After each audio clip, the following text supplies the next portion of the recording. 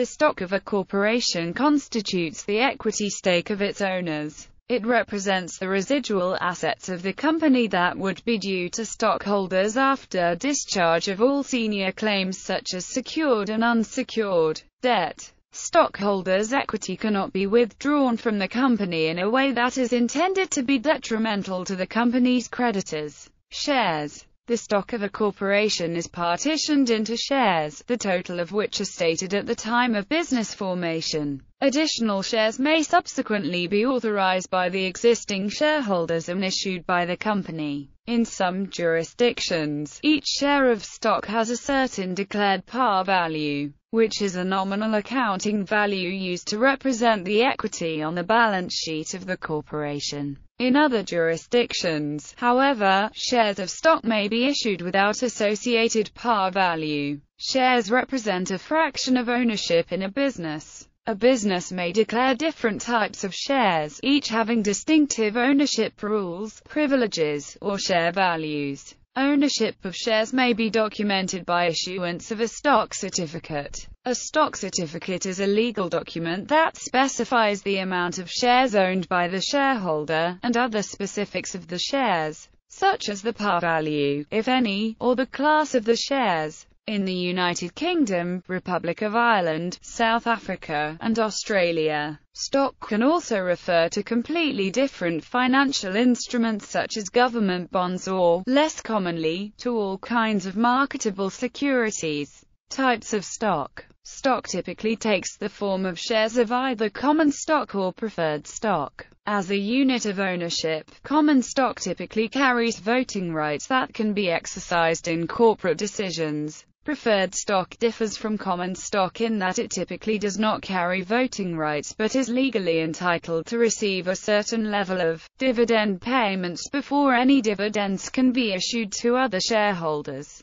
Convertible preferred stock is preferred stock that includes an option for the holder to convert the preferred shares into a fixed number of common shares, usually any time after a predetermined date. Shares of such stock are called convertible preferred shares. New equity issue may have specific legal clauses attached that differentiate them from previous issues of the issuer. Some shares of common stock may be issued without the typical voting rights, for instance, or some shares may have special rights unique to them and issued only to certain parties. Often, new issues that have not been registered with a securities governing body may be restricted from resale for certain periods of time. Preferred stock may be hybrid by having the qualities of bonds of fixed returns and common stock voting rights. They also have preference in the payment of dividends over common stock and also have been given preference at the time of liquidation over common stock. They have other features of accumulation and dividend. In addition, preferred stock usually comes with a letter designation at the end of the security. For example, Berkshire Hathaway Class B shares sell under stock ticker BRKB, whereas Class A shares of Orion DHC Inc. will sell under ticker OODHA until the company drops the A, creating ticker OODH for its common shares only designation. This extra letter does not mean that any exclusive rights exist for the shareholders, but it does let investors know that the shares are considered for such. However, these rights, or privileges, may change based on the decisions made by the underlying company. Bonds are a safer type of stock in the sense that, if a company should for some reason go bankrupt, its bond owners receive money from their investments before any stockholders would receive money. This means that if a company has $1 million to give out after closing its doors and there are two bond owners, both who need to be paid $500,000, they each would receive their $500,000 and any stockholders would be left with no money. Rule 144 Stock. Rule 144 Stock is a common name given to shares of stock subject SEC Rule 144. Selling restricted and controlled securities. Under Rule 144, restricted and controlled securities are acquired in unregistered form. Investors wishing to sell these securities are subject to different rules than those selling traditional common or preferred stock. These individuals will only be allowed to liquidate their securities after meeting the specific conditions set forth by Sec. Rule 144. Stock derivatives. A stock derivative is any financial instrument which has a value that is dependent on the price of the underlying stock. Futures and options are the main types of derivatives on stocks. The underlying security may be a stock index or an individual firm's stock, e.g., single stock futures. Stock futures are contracts where the buyer is long, i.e., takes on the obligation to buy on the contract maturity date, and the seller is short, i.e., takes on the obligation to sell. Stock index futures are generally not delivered in the usual manner, but by cash settlement. A stock option is a class of option. Specifically, a call option is the right to buy stock in the future at a fixed price, and a put option is the right to sell stock in the future at a fixed price. Thus, the value of a stock option changes in reaction to the underlying stock of which it is a derivative. The most popular method of valuing stock options is the Black-Scholes model. Apart from call options granted to employees, most stock options are transferable. History. During the Roman Republic, the state contracted out many of its services to private companies. These government contractors were called publicani, or societas publicanorum as individual company. These companies were similar to modern corporations, or joint stock companies more specifically, in a couple of aspects. They issued shares called partum particularly, which were small shares that acted like today's over-the-counter shares. Polybius mentions that almost every citizen participated in the government leases. There is also an evidence that the price of stocks fluctuated. The great Roman orator Cicero speaks of part illo tempore carissimi, which means share that had a very high price at that time. This implies a fluctuation of price and stock market behavior in Rome. Around 1250 in France at Toulouse, 96 shares of the Société des Moulins du Bazacle, or Bazacle Milling Company, were traded at a value that depended on the profitability of the mills the society owned. As early as 1288, the Swedish mining and forestry products company Stora has documented a stock transfer, in which the Bishop of Asturias acquired a 12.5% interest in the mine in exchange for an estate. The earliest recognized joint stock company in modern times was the English East India Company, one of the most famous joint stock companies. It was granted an English royal charter by Elizabeth I on December 31, 1600, with the intention of favouring trade privileges in India. The royal charter effectively gave the newly created Honourable East India Company a 15-year monopoly on all trade in the East Indies. The company transformed from a commercial trading venture to one that virtually ruled India as it acquired auxiliary governmental and military functions, until its dissolution. Soon afterwards, in 1602, the Dutch East India Company issued the first shares that were made tradable on the Amsterdam Stock Exchange, an invention that enhanced the ability of joint stock companies to attract capital from investors, as they now easily could dispose of their shares. The Dutch East India Company became the first multinational corporation and the first mega-corporation. Between 1602 and 1796 it traded 2.5 million tons of cargo with Asia on 4,785 ships and sent 1 million Europeans to work in Asia, surpassing all other rivals. The innovation of joint ownership made a great deal of Europe's economic growth possible following the Middle Ages. The technique of pooling capital to finance the building of ships, for example, made the Netherlands a maritime superpower. Before adoption of the joint stock corporation, an expensive venture such as the building of a merchant ship could be undertaken only by governments or by very wealthy individuals or families. Economic historians find the Dutch stock market of the 17th century particularly interesting. There is clear documentation of the use of stock futures, stock options, short selling, the use of credit to purchase shares, a speculative bubble that crashed in 1695, and a change in fashion that unfolded and reverted in time with the market.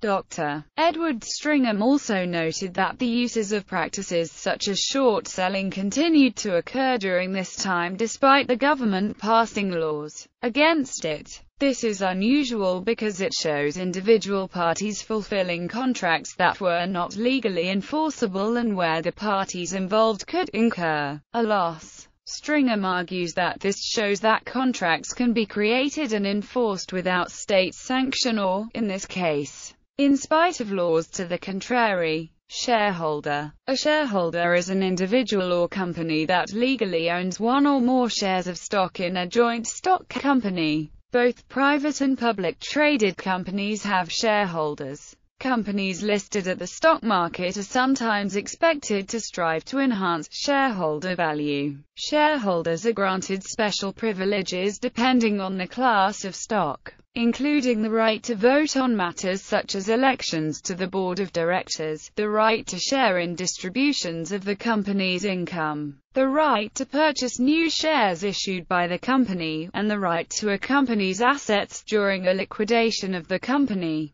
However, shareholders' rights to a company's assets are subordinate to the rights of the company's creditors. Shareholders are considered by some to be a partial subset of stakeholders, which may include anyone who has a direct or indirect equity interest in the business entity or someone with even a non-pecuniary interest in a non-profit organization. Thus, it might be common to call volunteer contributors to an association stakeholders, even though they are not shareholders. Although directors and officers of a company are bound by fiduciary duties to act in the best interest of the shareholders, the shareholders themselves normally do not have such duties towards each other. However, in a few unusual cases, some courts have been willing to imply such a duty between shareholders. For example, in California, USA, majority shareholders of closely held corporations have a duty not to destroy the value of the shares held by minority shareholders. The largest shareholders are often mutual funds, and, especially, passively managed exchange-traded funds. Application. The owners of a private company may want additional capital to invest in new projects within the company. They may also simply wish to reduce their holding, freeing up capital for their own private use. They can achieve these goals by selling shares in the company to the general public through a sale on a stock exchange. This process is called an initial public offering, or IPO. By selling shares they can sell part or all of the company to many part owners. The purchase of one share entitles the owner of that share to literally share in the ownership of the company, a fraction of the decision-making power, and potentially a fraction of the profits, which the company may issue as dividends. The owner may also inherit debt and even litigation. In the common case of a publicly traded corporation, where there may be thousands of shareholders, it is impractical to have all of them making the daily decisions required to run a company. Thus, the shareholders will use their shares as votes in the election of members of the board of directors of the company. In a typical case, each share constitutes one vote. Corporations may, however, issue different classes of shares, which may have different voting rights. Owning the majority of the shares allows other shareholders to be outvoted. Effective control rests with the majority shareholder. In this way, the original owners of the company often still have control of the company. Shareholder rights. Although ownership of 50% of shares does result in 50% ownership of a company, it does not give the shareholder the right to use a company's building, equipment, materials, or other property. This is because the company is considered a legal person, thus it owns all its assets itself. This is important in areas such as insurance, which must be in the name of the company and not the main shareholder. In most countries, boards of directors and company managers have a fiduciary responsibility to run the company in the interests of its stockholders. Nonetheless, as Martin Whitman writes, it can safely be stated that there does not exist any publicly traded company where management works exclusively in the best interests of OPMI, outside passive minority investor, stockholders. Instead, there are both communities of interest and conflicts of interest between stockholders and management. This conflict is referred to as the principal-agent problem. It would be naive to think that any management would forego management compensation and management entrenchment, just because some of these management privileges might be perceived as giving rise to a conflict of interest with OPMIs. Even though the board of directors runs the company, the shareholder has some impact on the company's policy, as the shareholders elect the board of directors. Each shareholder typically has a percentage of votes equal to the percentage of shares he or she owns. So as long as the shareholders agree that the management are performing poorly, they can select a new board of directors which can then hire a new management team. In practice, however, genuinely contested board elections are rare. Board candidates are usually nominated by insiders or by the board of the directors themselves, and a considerable amount of stock is held or voted by insiders. Owning shares does not mean responsibility for liabilities. If a company goes broke and has to default on loans, the shareholders are not liable in any way. However, all money obtained by converting assets into cash will be used to repay loans and other debts first, so that shareholders cannot receive any money unless and until creditors have been paid. Means of financing a company through the sale of stock in a company is known as equity financing. Alternatively, debt financing can be done to avoid giving up shares of ownership of the company. Unofficial financing, known as trade financing, usually provides the major part of a company's working capital.